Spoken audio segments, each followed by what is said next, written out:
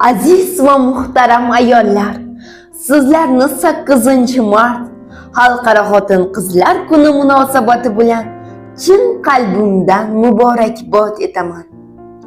Ayol bu hayotning bezagi, oilaning tayanchi, mehr-muhabbat va sadoqat timsolidir. Ular bor ekan hayotimiz yanada mazmunli, yorug' va go'zal bo'ladi.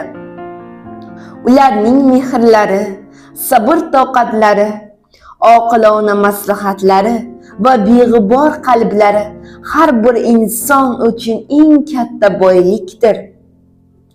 Bugungi bayram sizlarni sha'ningizga aytilgan eng ezgu tilaklar, hurmat va ehtirom ifodasi bo'lgan kunlardan biridir. Shu munosabat bilan sizlarga mustahkam sog'lik, uzoq umr, oilaviy baxt, xonadoningizga tinchlik, xotirjamlik tilayman. Har bir kuningiz quvonch, muvaffaqiyat va shodliklarga to'la bo'lsin. Qalbingizda doimo bahor nafasi, ko'nglingizda esa cheksiz baxt va ilhom jo'sh urib tursin. Hayotingiz doimo bahor gullaridek chiroyli, quyosh nurlaridek yorqin bo'lsin.